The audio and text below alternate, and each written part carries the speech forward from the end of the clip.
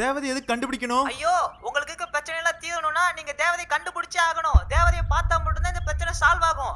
அதுவும் சூரியன் மறையதுக்குள்ள நீங்க இதை பண்ணி ஆகணும். அப்படியா?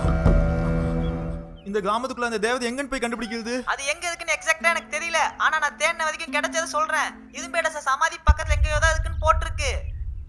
இரும்பேடாசன்?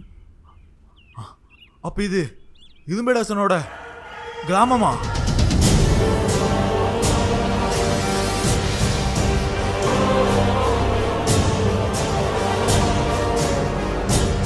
ஆனா ஆமாங்க, இதுவும் சாமி உங்ககிட்ட சொல்லவே இல்லையா?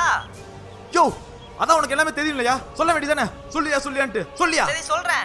நீங்க இருக்கிறது இரும்பேடாசனோட ஊர் தான். அங்கதான் அவ சமாதி இருக்கு. அந்த சமாதிக்கு உடனே கிளம்பி போங்க. இந்த கிராமத்துல அவ சமாதியாவது எங்க இருக்கும் அது தெரியுமா?